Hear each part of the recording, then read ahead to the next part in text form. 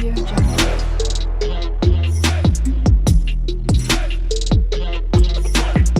Audio Jungle.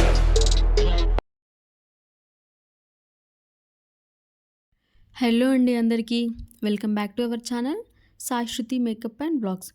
ఈరోజు రవ్వ లడ్డులని కొంచెం డిఫరెంట్గా ట్రై చేద్దాం. ఈసారి బతుకమ్మ అండ్ దసరా స్పెషల్గా లడ్డు అయితే ప్రిపేర్ చేసుకుందాం. సో ఇంకా లేట్ చేయకుండా ప్రాసెస్ ఏంటి అన్నది అయితే చూసేద్దాం. ఎవరు కూడా వీడియో మిస్ అవ్వకుండా ఎండ్ వరకు చూడండి.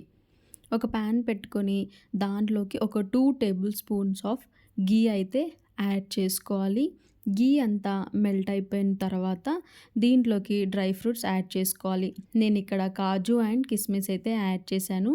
కిస్మిస్ కూడా సెలెక్టెడ్ అయితే ఏం యాడ్ చేయలేదు. నా దగ్గర ఉన్న కిస్మిస్ అయితే యాడ్ చేశాను. మీరు కావాలి అంటే ఇంట్లో ఉన్న డ్రై ఫ్రూట్స్ అన్నీ కూడా యాడ్ చేసుకోవచ్చు. తీసుకున్న డ్రై ఫ్రూట్స్ అన్నీ కూడా గీలో మంచిగా ఫ్రై అయ్యేంత వరకు ఫ్రై చేసుకోవాలి. ఇది మీరు పిల్లలకి ఫీడ్ చేయాలి అనుకుంటే మాత్రం ఇంకా డ్రై ఫ్రూట్స్ ఎక్కువ వేసుకున్నా కూడా టేస్ట్ అయితే బాగుంటుంది. పిల్లలు అయితే ఇష్టంగా తింటారు. డ్రై ఫ్రూట్స్ అన్నీ కూడా నాకు కొంచెం బ్రౌనీ షేడ్ వచ్చాయి. ఇలా బ్రౌనీ షేడ్ వచ్చిన తర్వాత ఈ డ్రై ఫ్రూట్స్ అన్నీ కూడా వేరే ఒక ప్యాన్లోకి తీసుకుందాము.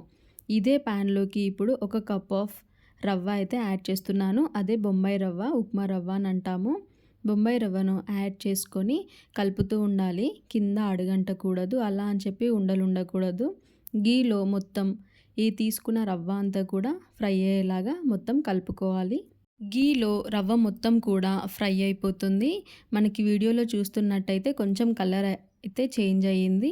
ఇందులోకి ఒక కప్ ఆఫ్ పల్లీ పౌడర్ అయితే యాడ్ చేస్తున్నాను నేను.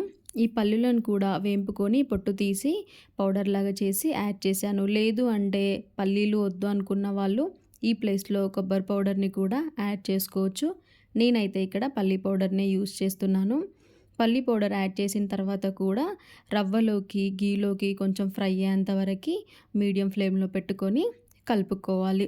ఇలా ఫ్రై అయిపోయిన తర్వాత నేను ఇక్కడ 1 కప్ ఆఫ్ రవ్వ, 1 కప్ పల్లీ పౌడర్ తీసుకున్నాను కాబట్టి ఇక్కడ 1 కప్ ఆఫ్ షుగర్ని అయితే యాడ్ చేశాను. షుగర్ని పౌడర్ లాగా గ్రైండ్ చేయాల్సిన అవసరం అయితే ఏం లేదు. డైరెక్ట్గా వేసినా కూడా ఆ హీట్కే మెల్ట్ అయిపోతుంది. ఇలా షుగర్ వేసుకున్న తర్వాత మరి కాస్త సేపు మొత్తం అయ్యేంత వరకు కలుపుకోవాలి. షుగర్ అయితే మొత్తం కూడా మెల్ట్ అవ్వనక్కర్లేదు. కొంచెం మెల్ట్ అయిపోయినా కూడా తింటున్నప్పుడు పళ్ళకి తగిలినప్పుడు స్వీట్నెస్ అయితే బాగుంటుంది. సో ఇలా మొత్తం కూడా ఒక 5 to 10 మినిట్స్ లో ఫ్లేమ్లో పెట్టుకొని ఫ్రై చేసుకోవాలి. కలుపుతూ ఉండాలి, లేదు అంటే అడుగంటుతుంది. ఇప్పుడు స్టవ్ ఆఫ్ చేసుకొని పక్కకు తీసుకున్న తర్వాత కాచి చల్లార్చిన పాలను అయితే యాడ్ చేసుకోవాలి. ఇక్కడ మీకు పౌడర్ లాగా ఉండాలి అంటే స్మాల్ కప్ ఆఫ్ టీ గ్లాస్తో అయితే తీసుకోవచ్చు. సో నేను ఇక్కడైతే ఇన్స్టెంట్గా తినడానికి కాబట్టి కొంచెం పాలన అయితే ఎక్కువగానే యాడ్ చేశాను.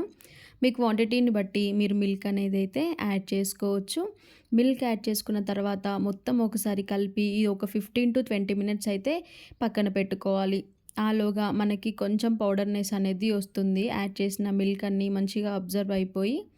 సో నేను ఇక్కడైతే కొంచెం పాలన అయితే ఎక్కువగానే యాడ్ చేశాను. మీకు కావాలి అంటే ఎక్కువైనా కలుపుకోవచ్చు. లేదు అంటే మనం స్టోర్ చేసుకోవాలి అనుకుంటే కొంచెం పాలన అయితే తక్కువనే కలుపుకోవాలి. ఇందులో మిల్క్ యాడ్ చేసాం కాబట్టి స్టోర్ చేసుకోవచ్చా అనే డౌట్ కూడా రావచ్చు. అట్లా ఏమి ఉండదండి. మిల్క్ యాడ్ చేసినా కూడా మనము ఈజీగా ఒక 1 వీక్ పాటు స్టోర్ చేసుకోవచ్చు. సో ఈసారి సద్దుల బతుకమ్మకి ఇలా ఒకసారి ట్రై చేసి చూడండి. రెగ్యులర్గా కాకుండా చాలా బాగుంటుంది. అండ్ ఎప్పుడైనా కావాలి అంటే పిల్లలకి ఫీడ్ చేయాలన్నా కూడా అప్పటికప్పుడు చేసుకోవచ్చు. టేస్ట్ అయితే చాలా బాగుంటుంది. సో 15 to 20 మినిట్స్ పక్కన పెట్టిన తర్వాత మనం గీలో ఫ్రై చేసుకున్న డ్రై ఫ్రూట్స్ని కూడా యాడ్ చేసుకొని మొత్తం ఒకసారి బాగా కలుపుకోవాలి.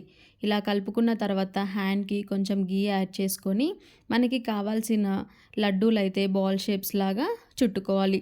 సో నేను ఇక్కడ కొంచెం పాలు ఎక్కువ తీసుకున్నాను కాబట్టి నాకు లడ్డు అనేది కొంచెం సాఫ్ట్గా వచ్చింది.